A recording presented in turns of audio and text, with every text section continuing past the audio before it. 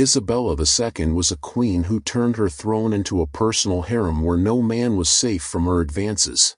Officers, priests, and courtiers were forced into her bed under threat of execution, and as she aged and her body deteriorated, the Spanish court became a place of genuine horror. Everyone whispered about the smell of rot from her mouth and the stench of decaying fish between her legs that made intimacy with her an ordeal men could barely survive. Spanish nobility stopped grooming themselves, deliberately appearing dirty and unkempt, because looking attractive to the queen meant being summoned to her chambers where refusal meant death. This was a woman who confused a crown with permission to own men's bodies, and Spain paid the price for every forced encounter. Isabella inherited the Spanish throne in 1833 as an infant and grew up watching regents fight over control of her name while her mother conducted open affairs at court, learning early that royal status meant freedom to pursue physical pleasure without consequences.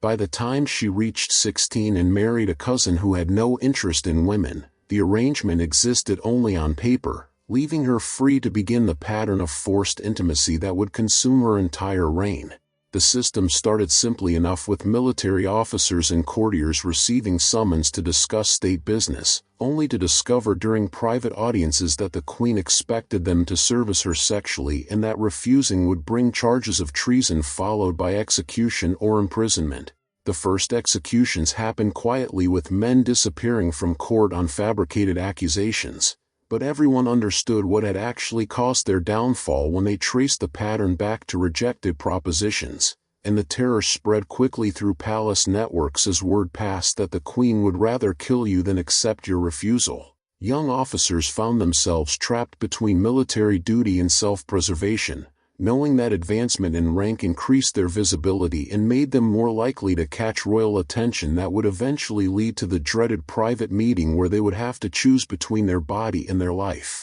Political appointments began following no logic beyond bedroom performance, with incompetent men receiving important positions after satisfying the queen while capable administrators were pushed aside because they had managed to avoid her notice or were fortunate enough not to match her preferences. The complaints about smell started emerging from the men forced into her bed, traumatized accounts describing how approaching the queen meant confronting odors so powerful they caused physical gagging and nausea that had to be suppressed to avoid insulting her during the encounter itself. Her breath carried the rot of severely infected teeth that apparently never received treatment despite access to court physicians, making conversation at close range an ordeal, and kissing an experience multiple men described as putting your mouth near decomposing flesh. The smell from her genitals was even worse, a bacterial infection left untreated for so long it produced an odor that every source compared to spoiled fish, specifically using the phrase rotting fish with such consistency that it became the defining characteristic everyone whispered about when discussing what intimacy with the queen actually entailed. The accounts spread through informal channels as victims sought support from others who had survived similar ordeals, creating networks of traumatized men who bonded over the shared experience of being sexually exploited by their own monarch while having to pretend they were honored by her attention. The queen herself seemed completely unaware that her body disgusted the men she forced into bed, operating from the assumption that royal status made her desirable and interpreting any visible discomfort as nervousness rather than revulsion at the stench that intensified as clothing came off. This created impossible situations where men had to perform attraction and pleasure while breathing through their mouths to minimize exposure to smells that would have been intolerable from anyone but were especially horrifying coming from someone with resources to maintain perfect hygiene if she had bothered to bathe regularly or seek medical treatment for the infections causing the worst odors. Spain's government functioned despite this chaos rather than because of effective leadership, as experienced bureaucrats managed actual administration while Isabella focused on identifying attractive men and arranging the private meetings where she could exercise power through sexual dominance. Military commands changed hands based on who had most recently serviced the queen rather than tactical competence, creating leadership instability that made coherent strategy impossible. And the same pattern played out in civilian ministries where appointments rose and fell according to royal sexual satisfaction. The Spanish state limped forward on institutional momentum while the woman at its center used the entire apparatus primarily as a mechanism for procuring male bodies and punishing anyone who tried to refuse her demands, turning what should have been a government into something more resembling a procurement system for the queen's insatiable appetite. The courtiers and officers surrounding Isabella developed increasingly desperate tactics to avoid becoming her next victim,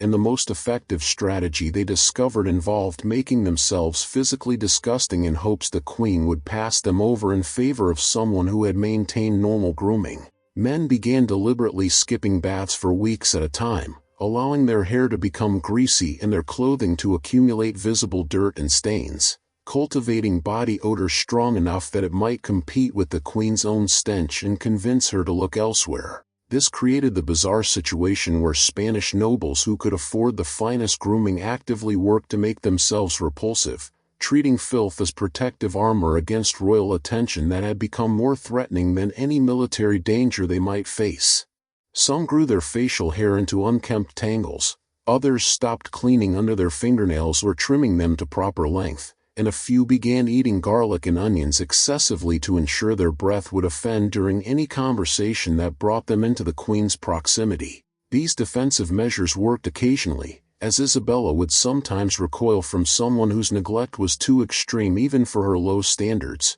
but the protection wasn't reliable because her criteria for male attractiveness seemed to shift unpredictably, and she would sometimes fixate on men despite their best efforts to repel her interest through accumulated grime. The uncertainty about whether deliberate filth would actually save you added another layer of anxiety to court life, because men who had successfully avoided attention for months through strategic neglect would suddenly receive summons anyway and discover their defensive strategy had failed. Younger military officers faced the worst danger because the queen showed clear preference for men in their 20s and 30s, viewing them as more physically capable than the aging courtiers who had already passed through her bed. And these soldiers found themselves caught between military regulations requiring proper appearance and survival instincts demanding they make themselves repulsive before any event where Isabella might be present. Some tried alternating between cleanliness for military duty and deliberate filth for court functions, creating exhausting routines that reflected how completely the queen's sexual predation had distorted normal life, while others simply requested transfers to distant provinces or dangerous postings overseas, accepting hardship and family separation as preferable to the risk of eventually catching royal attention and being summoned for an encounter that would leave them psychologically damaged. Regardless of whether they survived the political aftermath, the men who had already been forced into intimacy with Isabella formed informal support networks, sharing advice about how to endure the experience and warning newcomers about what to expect when they received the summons to a private audience. The veterans recommended breathing exclusively through the mouth to minimize exposure to her smell, focusing attention on anything except her body to avoid triggering visible disgust that might anger her, and completing the sexual act as quickly as possible while feigning enthusiasm that would hopefully satisfy her ego enough to end the ordeal. Some described getting through these encounters by dissociating mentally, sending their consciousness somewhere else entirely while their bodies performed the physical acts the queen demanded, and they reported feeling permanently contaminated afterward in ways that regular bathing couldn't address because the violation was psychological rather than purely physical. The servants who attended Isabella directly and couldn't escape proximity to her body developed their own coping methods, learning to breathe shallowly when helping her dress or preparing her chambers, and burning strong incense afterward to mask the lingering odor that seemed to saturate any enclosed space after she occupied it for more than a few minutes. These attendants witnessed the complete absence of hygiene habits that created the conditions everyone else only encountered during forced intimacy, watching her go weeks without bathing despite having immediate access to hot water and luxury soaps, and they noted her genuine confusion when anyone suggested that washing might improve her comfort or health. The disconnect between her position as ruler of a major European nation and her actual personal habits created surreal situations where she would attend state functions in elaborate gowns and expensive jewelry while underneath remaining as filthy as the poorest peasant, and arguably more so because even peasants typically bathed when circumstances permitted. Isabella's body continued deteriorating through her 30s as weight gain and complete neglect of hygiene combined to intensify the problems that had already made intimacy with her a traumatic experience, because the additional flesh created folds where sweat and bacteria accumulated in conditions requiring careful washing to maintain even basic cleanliness, and no such care was provided. Court physicians who examined her for various ailments reported privately that multiple infections related to her refusal to bathe had become chronic conditions, including the vaginal bacterial infection producing the infamous rotting fish smell that had become her signature among the men forced to service her. These doctors tried suggesting treatments that would have required regular washing and basic genital hygiene, but the Queen dismissed their advice as unnecessary interference and seemed genuinely unable to understand that her own negligence was causing the physical conditions that made her body so repulsive. The odor emanating from her grew powerful enough that people could detect her presence before actually seeing her enter a room, and courtiers learned to recognize the distinctive smell that announced the Queen was approaching, giving them precious seconds to arrange their expressions to hide their revulsion. Foreign ambassadors who arrived having heard rumors about the Spanish Queen's hygiene typically assumed the reports were exaggerated propaganda until they attended their first audience and discovered the accounts had actually understated the reality.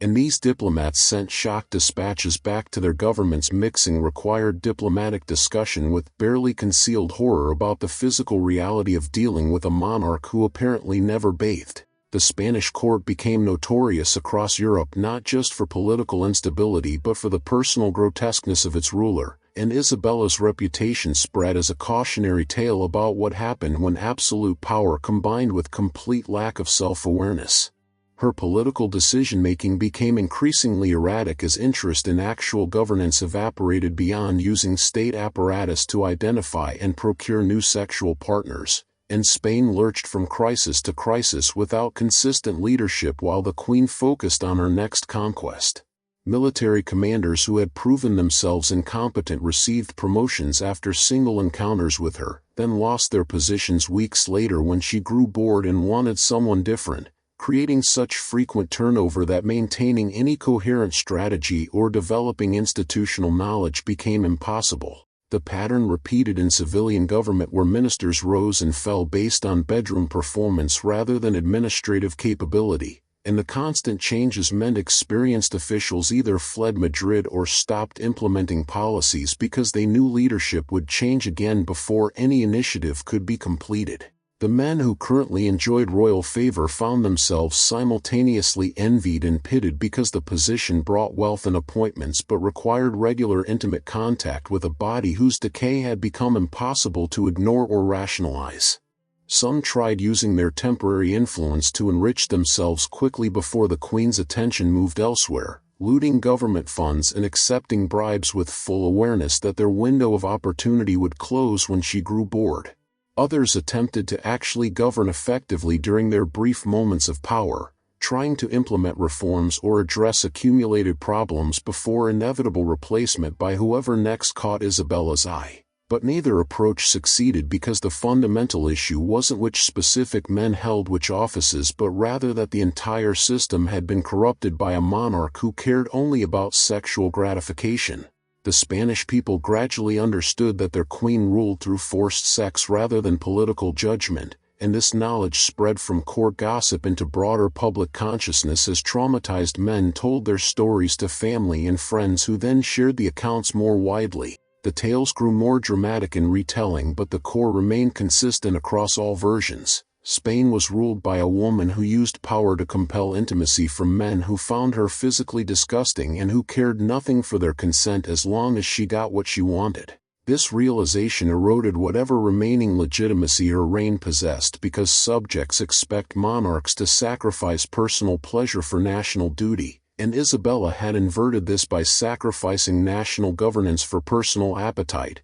creating a situation where revolution began to seem not just justified but necessary for the country's survival. Isabella entered her 40s still pursuing men with the same compulsive intensity, but her aging body and total neglect of hygiene made these pursuits increasingly pathetic as she propositioned courtiers who couldn't hide their horror at the prospect of intimacy with someone whose physical decay had become impossible to politely ignore. The weight gain made movement difficult and intensified sweating that contributed to her overwhelming stench, while her rotting teeth produced breath so foul that simple conversation became an endurance test where people struggled not to gag when she spoke directly to them. The chronic vaginal infection that caused the rotting fish smell had never been treated, and men reported being able to detect it from several feet away, creating situations where her sexual advances were met with barely concealed physical revulsion that she seemed incapable of recognizing. Her response to the obvious disgust she provoked involved becoming more aggressive in asserting royal authority over male bodies,